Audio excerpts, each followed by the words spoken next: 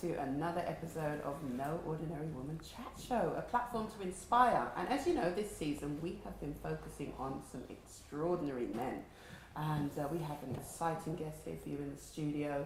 You're going to love him. So stay tuned. Grab yourself a cuppa if you need to. And yeah, we've got lots of in store for you coming up. But before we introduce our guest, I'm Janelle Rayburn, your co-host, along with my beautiful co-host, Miss Kazmak in the building. How you guys doing? So Janelle, you're looking extremely. Thank you. Hold on, I can't even get the words what I want to say, but thank you. That looks like a Mamau fashion top. You spotted that well, girl. And let's just say we have to big up Chantel from Mamau Fashions because she is keeping us kitted out in the most beautiful designs. And equally, I recognize that design on you. Yes, again, Chantel Mamau Fashion. You see it with a Love Ya Ya belt. Nana, big up yourself, girl. Loving that stuff, by the way. Me too. Kimono, belt, the shoes. Listen, look, girl. I'm just fashion. So how's your week been? My week's been good, actually. Busy. What would I say the highlight of my week is? I would have to say playing netball. I had a good game of netball this week. Okay. Yeah. And did you guys win? Of course we won, Kaz. All right. And even when we lose, we win. That's the way. That's the one. That's the what one. About you? How was your week? Yeah, my week was amazing. I went to Warsaw. Warsaw had an event in Paradise in the West End area, and they had the Virgo Lounge. So they had this meet and greet, meeting various different American artists, and that's where I met our guest who's here today, Tey Yaniis. Yeah, so I met him at the event itself. He was performing, and I was just like, wow, this guy's energy is like, wow. It's a bit of jazz, it's a bit of the whole common kind of concept, and Nas and, you know, Tribe Called Quest, all of that, all into one from this one guy. Wow. Yeah. Amazing. Amazing. So, without further ado, our guest, Tey Yaniis. He's a Soul Jones music group CEO and artist. He's born in Dallas, brings his old soul personality and smooth delivery, blending genres with such as neo soul, chill out house, funk and hip hop to create an exhilarated experience to today's new and old generation of music lovers. So that's what he brings to the table, and obviously when you see him, he is that. I did do my research as well. Yes. So not only does he bring that whole mix to the table, but he began at an early age with his love of music, playing a variety of instruments, and we'll let him talk about them, but just to give you a little flavour, the trumpet, the violin, the cello. I played the violin at school, and probably not so well, but you know. I tried to, well, my dad tried to get us to do the trumpet. My dad was in a band, and one of his things, I don't know if he thought he was going to be the new Jackson 5 or what, I don't know, but playing instruments, and he tried to get us to play the trumpet, and it just wasn't working. So I rate this guy for trying. Yes. So should we bring him on, guys? Yes. Yeah. So Tey, how you doing? I'm doing well. Welcome to the UK. Thank you for having me. And you're actually living in California, right? Yes, I'm based in Sacramento, California at the moment, but I'm a Dallas baby, so, you know, but I definitely, you know, shout out to Sacktown, you know, got a lot of love for Sacramento, but I'm originally from Dallas, Texas, born and raised, so, you know, but we here in the UK, right? Yes. So, I mean, in regards to your journey, it's being an artist, singing, etc., but you also write your own music as well, yeah? Yes, I do. So where did this stem from? Who was influencing you at the time? You know what, just, like I said, just being a youth, I started out playing the violin. You know, that was like my first interaction with music. Of course, we had music on the radio and different things of that nature, but actually, like, just my family members introduced me to a lot of different genres of music, like when it came down to soul, just, you know, just old school house music, you know, like Saturday morning was that morning where everybody got up, grandma was cleaning, right? And the music was on. So you knew when the music was on, it was time to get up and clean that house. But it was all just good flavors of music, Earth, Wind and Fire, Frankie Beverly and Mays. We would even take it further back to the 60s and the 50s, like with Lil Anthony and the Imperials, and you know, just Miles Davis, the list goes on and on, but I just always just had a love for it, you know, and, you know, I started out playing the violin, and from the violin, they got rid of that program, right? And then they brought in a jazz band program, and that's how I wound up starting to play the trumpet.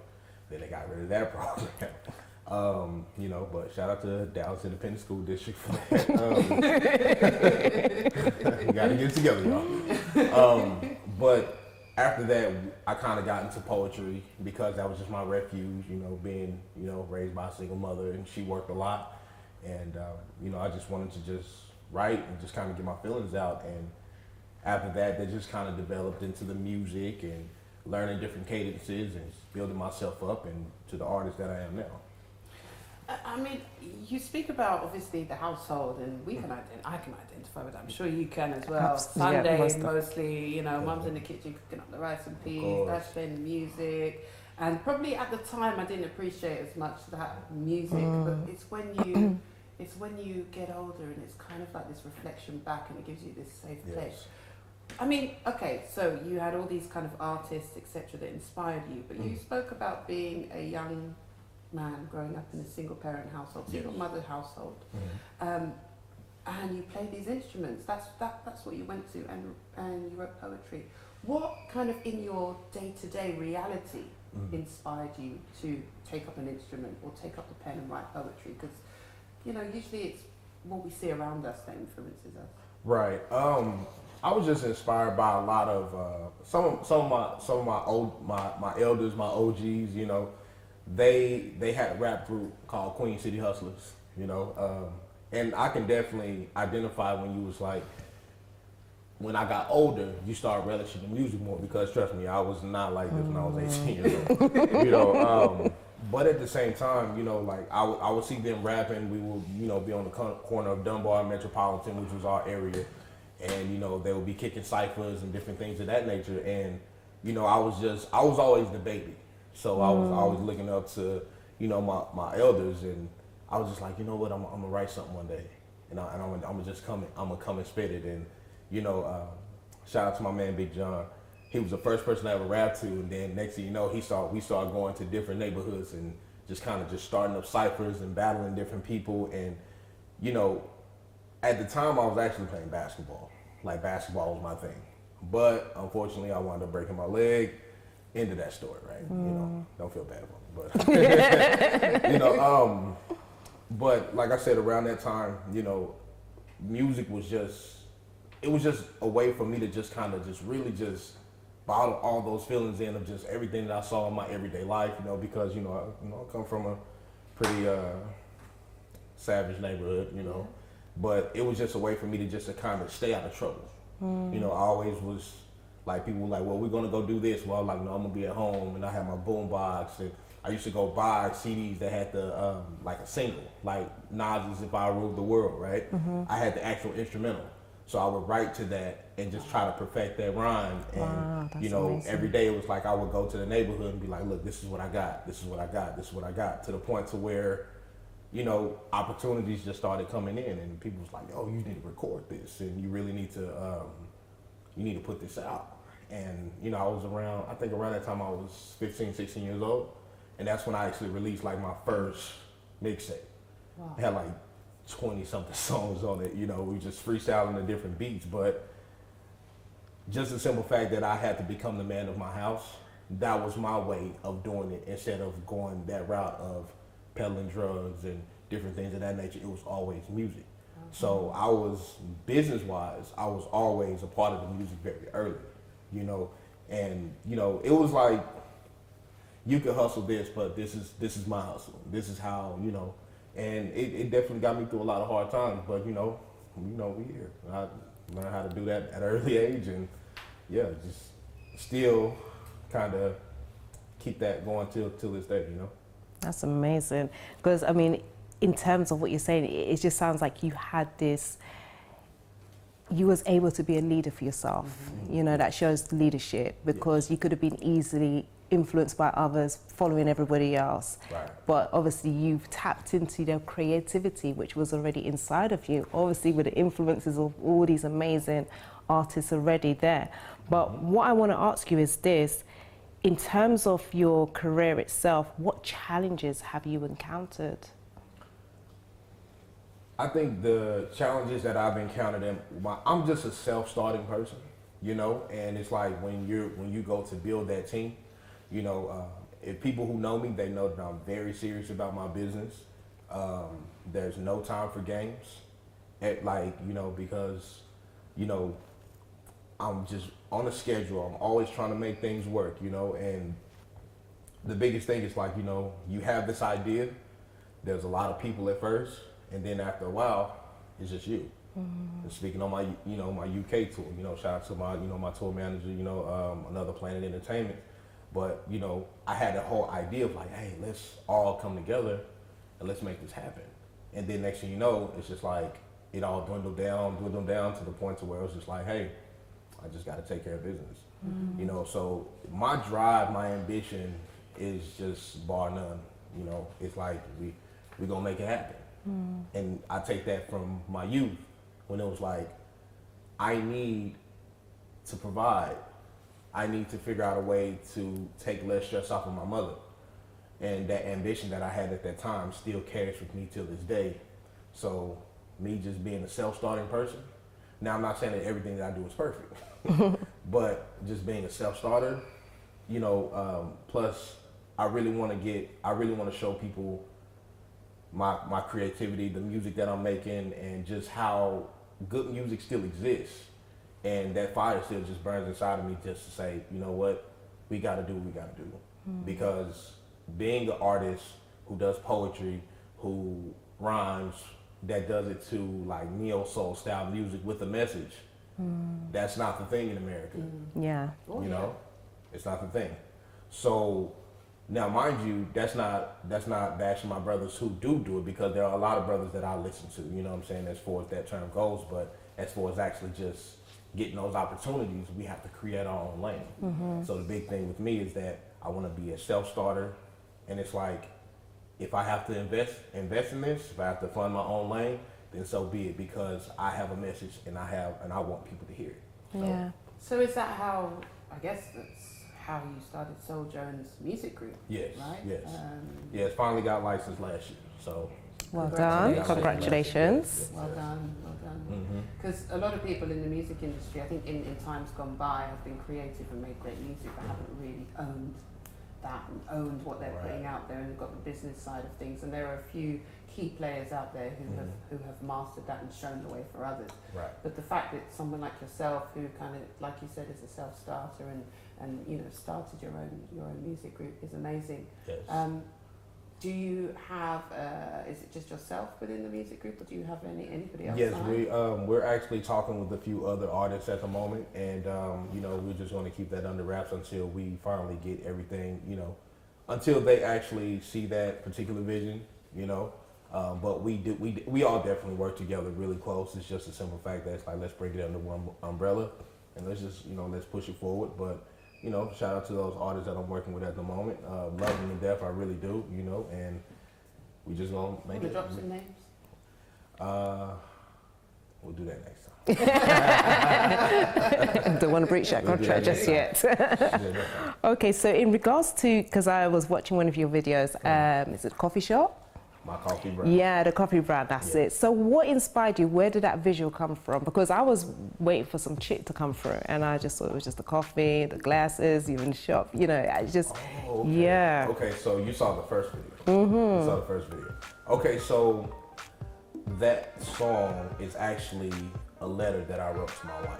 Right. Because just one day she just was just like, I truly appreciate you. I appreciate you, my father. I appreciate you as a husband. I appreciate your career.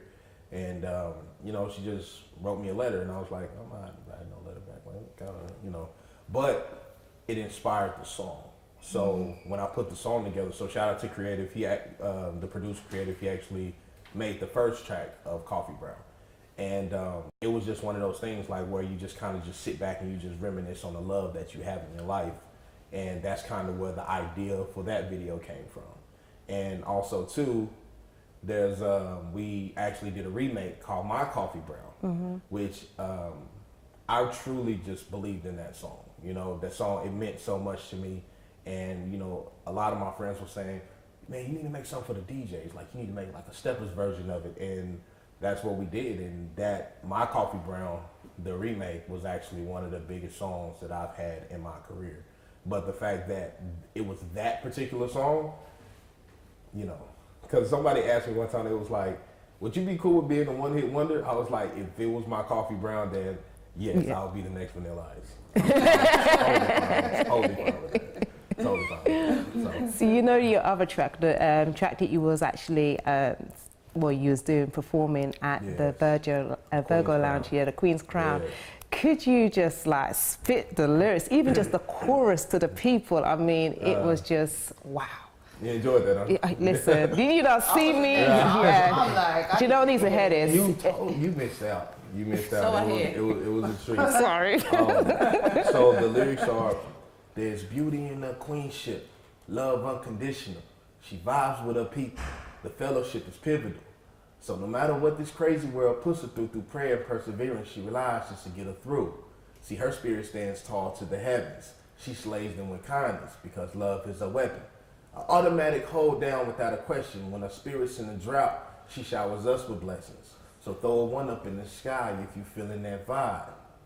Then, you know, a queen's crown can get heavy, but her head's held high. Hi, yes, that's the one. Yeah. Queen's So crown. what inspired you? Where did that come from? You know what? Sisters go through a lot. Yeah. You know, and you know, it's like, you know, you have a lot of feminist groups who are saying that, you know, like, sisters keep your head up and different things of that nature. But it's like, it just sounds like when a man could come in and when a king could come in and just tell a queen, like, hey, we see what you're going through, and we appreciate you for who you are. And you know, when I'm thinking about my mother, when I think about my wife, when I think about my daughters, because if you actually look at the cover art, both of my daughters are on the cover art as well. Right. So, you know, it was just a dedication to the women that are in my life. You know, I was raised pretty much by like my aunts, my mom, you know, and I just truly appreciate the women that are in my life. So that's how that song came about. And then too, like when I listened to the production, like the kids was just running around like, you know what I'm saying? Like, I love this. So if the kids give it a green light, then it's a go. But A Queen's Crown is definitely just inspired by the women in my life. Just, you know, it's like, no matter what they're going through, they persevere, they push through. And, you know, through prayer and perseverance and just, you know, just keeping their faith in God, and it just keeps them strong. And I see this, you know, it's like we all break down as people, you know, but it's like, you know, with the women in my, because like I said, it's a lot of women in my circle, and it's just like, I just see the things that they go through, you know what I mean? And it's just the fact that I just wanted to put that song out to say, hey, I appreciate you for who you are. I appreciate the fact that you never give up when you go through certain things, and you know, you hold us down, you know, because I'm not an easy person to deal with. So, but you know. So on that point, then, talking about women and strong women in your life and your world, Yes. who would you say is the female that has inspired you the most? Could be somebody within your circle or not, but who would you say is the female role model that inspired you? It has to be my mother, because my mother, my sophomore year of high school, my mother had a stroke, you know, and had a brain aneurysm. And just the simple fact that my actual grandmother passed away when I was very young, you know, of a brain aneurysm. And my mother had a brain aneurysm and had a stroke at the same time. So the simple fact that she's living her life, you can't even tell that she's been through anything. She still looks young. You know, my mother's, you know, she's young. She's 48, so fellas, off limits. No, but she's young. You know, she's still doing her thing, and you know, just serving the Lord, and just Wow. she inspires me a lot. You know, and we get into it a lot because we the same way. But my biggest thing is that, you know, I'll go to bat for my mother.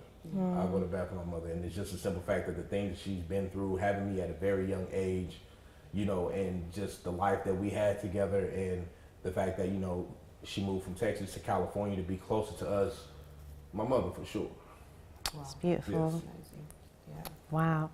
So, how can our audience connect with you? They can connect with me on Instagram, they can follow me, Tey_Yaniis, which is YANIIS. Again, that's Tey, TEY_Yaniis, YANIIS. And Yes. do you have an album out or a Yes. track out at the moment? Yes, I do. It's actually called the Soul Jones Collection. So there was originally 11 songs on it, but coming over to the UK, I actually added 3 extra songs that weren't released, like Queen's Crown and Vibe featuring a friend of mine named Tony and Stacey Shepherd and what else I put on there? You and Me Tonight, which is that the ladies are definitely gonna love that one. We work a lot as men, as women, but it's just having that time to spend together. It's nothing like it, So. And before we let you go, I just wanted to talk about your UK tour. I know that Kaz had the pleasure of seeing you. Have you got any more dates coming up while you're here? Yes. And where can people catch you? Okay, so on the 28th, I'll be up in Birmingham. Okay, so I was told not to call it Birmingham. Okay. On the 28th, I'll be at Nouveau Oko for Vintage Got Soul. And then on the 30th of September, I'll be doing an event called Poets and Monologues at the Ethereum Music Village. So I had to look at my man's over there to make sure I got that enunciation right. But I'm really looking forward to the Poets and Monologues event because poetry is my first love. And, if you're in the London area, come through, down. check us Come out. on, check out Tey. Shout out to Hold the Poetry, the Planet Entertainments. Just come check it out. It's gonna be a good show, and of course, Yeah, Cass I can was vouch for me. I entertained. put on a good show, Listen. He was phenomenal. Yeah. Yes, it's gonna Amazing. be a good show. So those are the last 2 dates, and then I'll be headed back to the States on October 1st, and through grace, hopefully I'll be back next year. Yes. Look forward to it. Nah. You gotta come next I time. will be there. All right. I will be You there. gotta come next time. Try and keep me away. There we go. Tey, thank you so much. It's been a pleasure having you on the show and talking Yes, to you. yes. And good luck with the rest of your tour. And I'll catch you next year when you come back to the UK. Looking forward to it. Yes. Thank you, ladies, for having me. And like I said, my time in the UK has been a beautiful experience. Just running around the city. It's been real beautiful. So, it's always been a thing of mine. I'm like, I'm gonna come to the UK. I'm gonna come to London. I'm gonna come to London. Like I've been saying this for like 3 or 4 years, and Here you are. look what hard work and dedication. Yes. Well done. Well done. Yeah. Thank you so much. Well, thank you. Well, we've got to wrap up once again for another week. You have been watching the No Ordinary Woman chat show, and we have had another extraordinary man on the show, Tey Yaniis. As I said, it's been a pleasure having him on and talking to him. So thank you for watching, guys. Please like, share, subscribe to No Ordinary Woman chat show, Now Chat Show on YouTube, Facebook, Instagram. Find us there. Share, subscribe, like, tell your friends. And we'll catch you again soon. Have a blessed week. Bye.